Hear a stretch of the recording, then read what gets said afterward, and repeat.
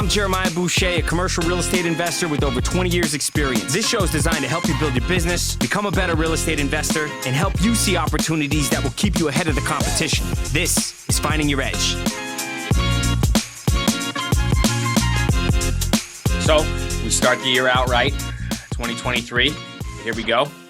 Week one of the 52-week schedule. Just like the NFL schedule here. Everyone, you got to get everything you can out of every week.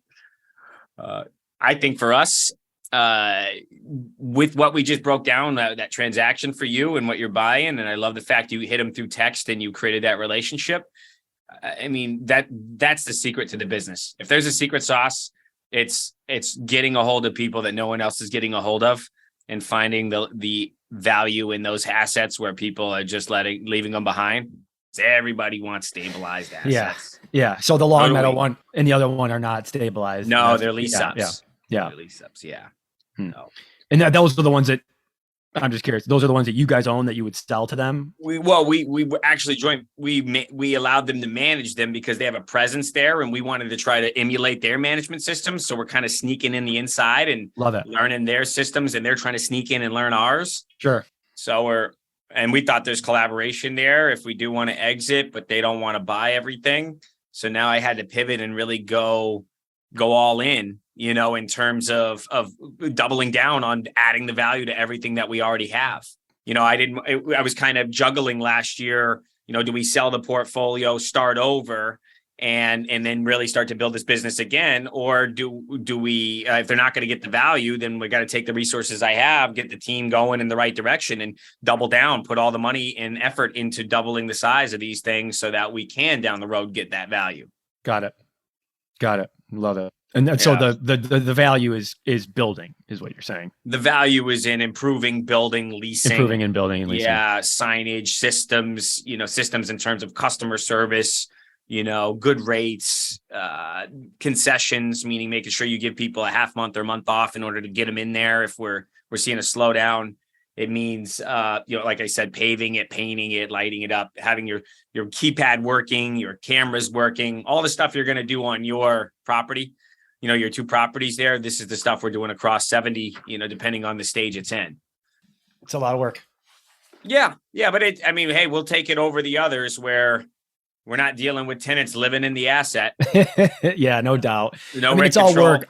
I love that your thought process is like what you're like, your separator is that still the call center kind of thing. Like we're going to get really freaking good at that. Like upselling and all these different things that you can probably do within that call center. Remote management.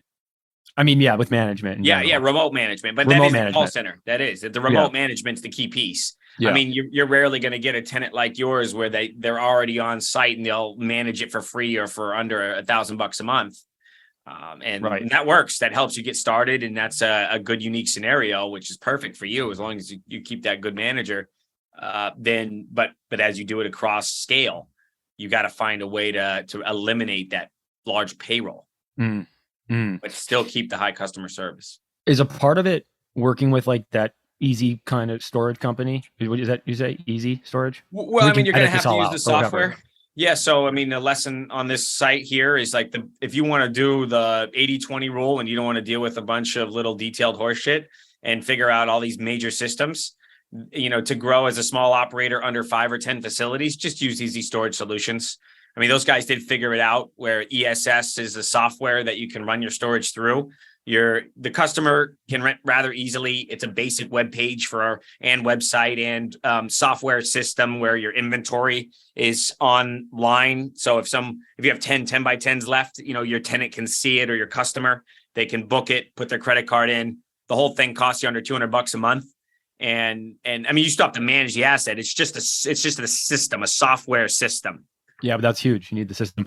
Now that relationship with Extra Space, right?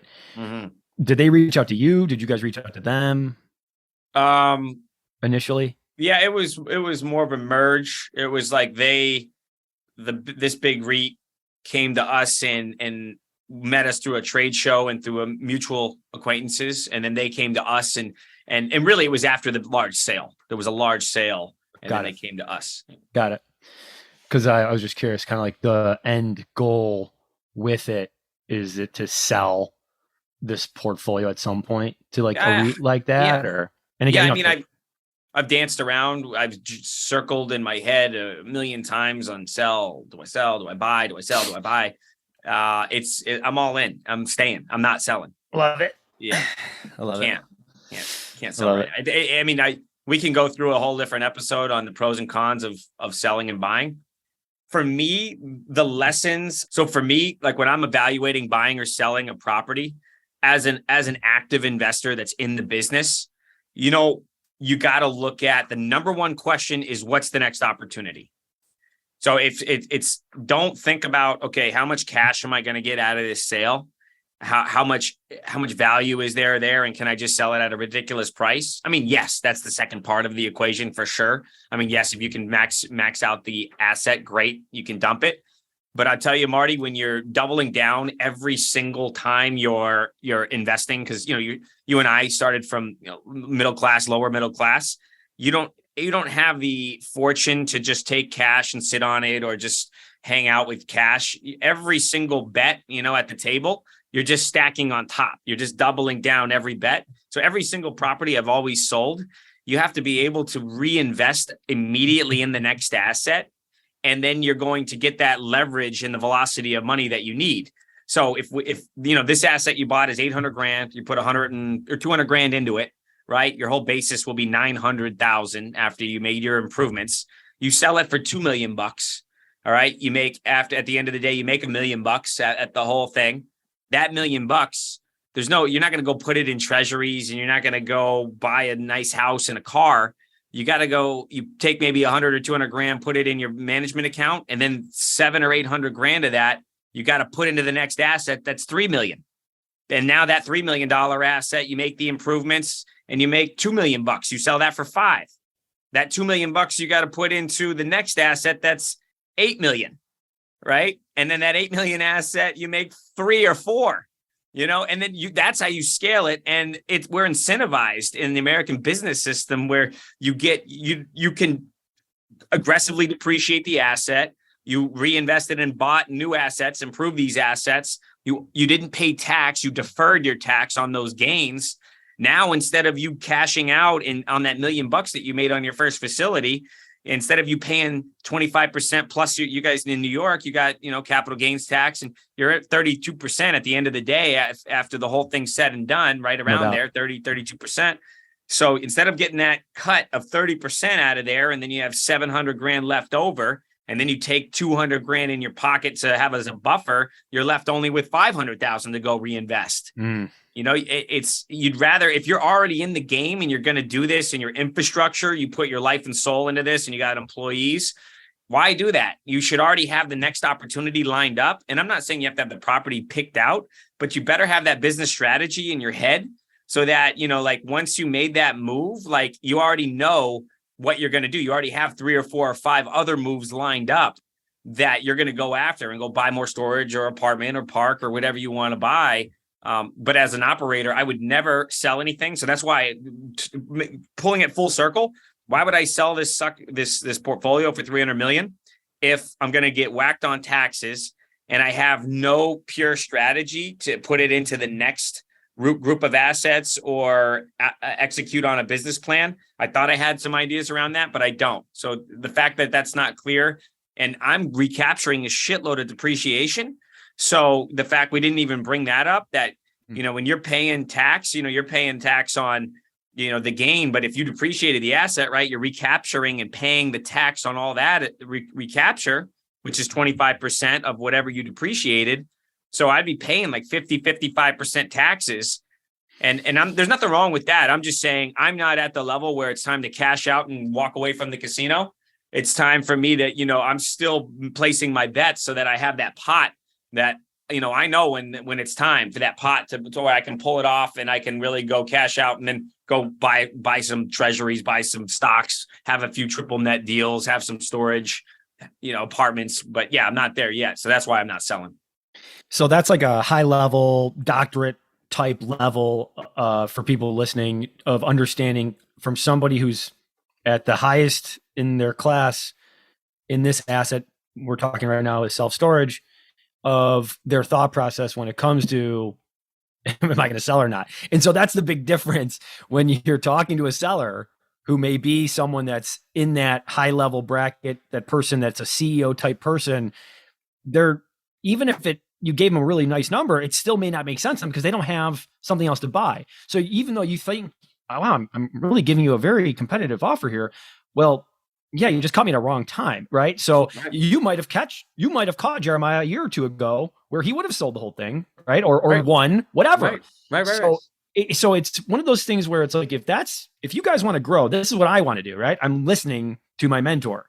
If you're listening to this, you obviously want to get in this business or you want to grow your business.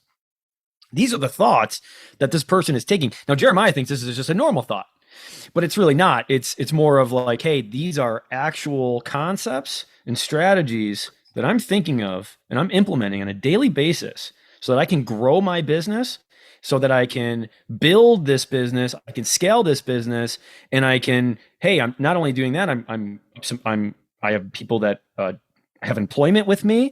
I have to think about that. There's a lot of different things that are going on. So it's just very interesting to hear these things. So thank you for sharing. Thank you for sharing. That's good. But that's a good reason and that is why I'm currently not selling. Because I think also, is it true also that you want to dial this in even more? Because you even see more opportunity with the current portfolio and stuff that you're looking at, right? Oh, 100%. So much behind all that. So with the book, a lot of people like the way I broke down the 4 quarters of your development, of your business development or your maturation of your career, right? And when people bring that up, and if you segment your professional career in those different quarters, then you can make a decision and define your strategy based on what quarter you're in.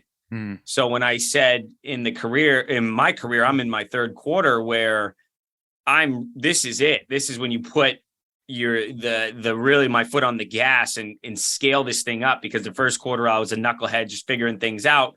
2nd quarter I amped it up and I had my wins and losses and figured out, okay, now I got my stride. Now I got some wins under my belt. I know what I'm doing. I know approximately where I want to be. And then now I'm all in, right now in the 3rd quarter, I ramped it up and I have the most energy and wisdom that I've ever had in my life, and stability and just personal attributes, habits and rituals and things that mentally and intellectually I've exceeded, my whole life. This is the highest I've ever been in terms of my production and performance as a man. So for me, it's like, if I was talking to a seller, an older guy or an older family that is thinking of selling it, you could tell they're in the 4th quarter, they're in their 60s or 70s. And some people don't have to give up. And I mean, I'm not saying that if you're 70, that means they're going to sell, but if they're already scaling back, taking chips off the table, meaning not putting a dime back into the property, not really investing any energy into learning the business anymore, nor are they investing any capital into keeping it updated, those are the golden opportunities. That's what all these sponsors, anyone watching this is what we're all chasing after. But then it's, that's the one where it just doesn't make sense. They might as well cash out and enjoy it. For more information on commercial real estate investing, go to patriotholdings.com. Thanks for listening to Finding Your Edge.